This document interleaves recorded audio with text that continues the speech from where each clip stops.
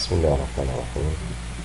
الدرس التالي نحاول من خلاله إلقاء نظرة على كيفية عمل سند قبض أو دفعة من زبون،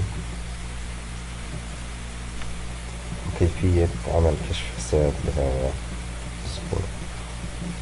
في البداية لنفترض إنه الزبون اللي عنده هو حسن حسني.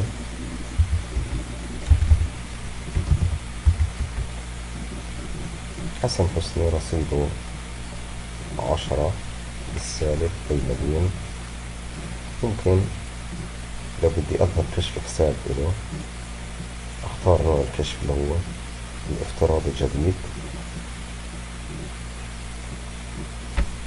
نضغط كشف.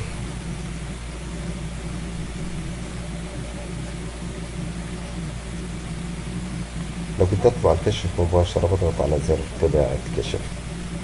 طبعا الكشف اللي هيتم طباعته مخصص للطابعات الحرارية.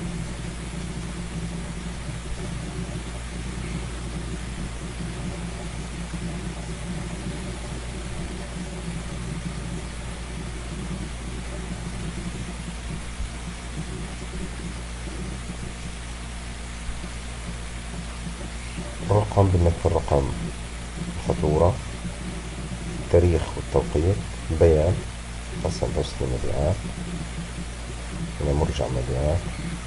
في عندي مبيعات 1 رطل سكر، 2 سنكر. قيمة الفاتورة 12 شيكل، رصيد 12.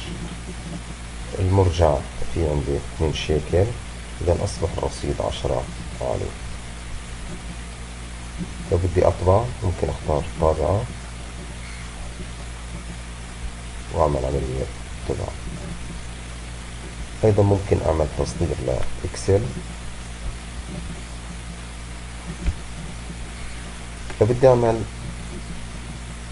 سند قبض لزبون حسن حسني، بعد ما اخترنا الحساب حسن حسني اضغط على زر قبض أو F4.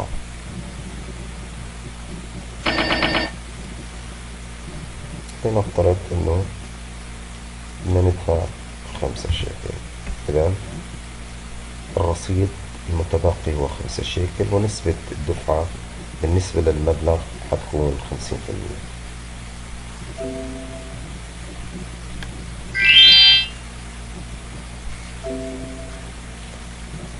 النظام بيدعم إرسال رسائل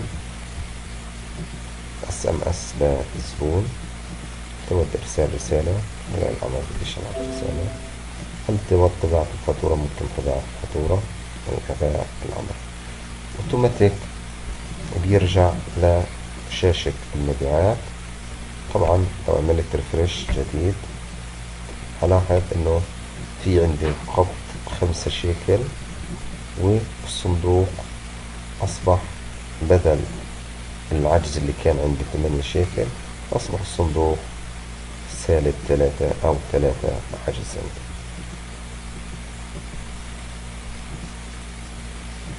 هذا بالنسبة لتسجيل سند قبض. نفس الشيء بينطبق على سندات الصرف سواء للزبون أو للتاجر، بمعنى أني ممكن أنا أصرف لأي زبون كدفعة نقدية، أو أعطي تاجر دفعة من خلال الضغط على زر الصرف أو المفتاح F5.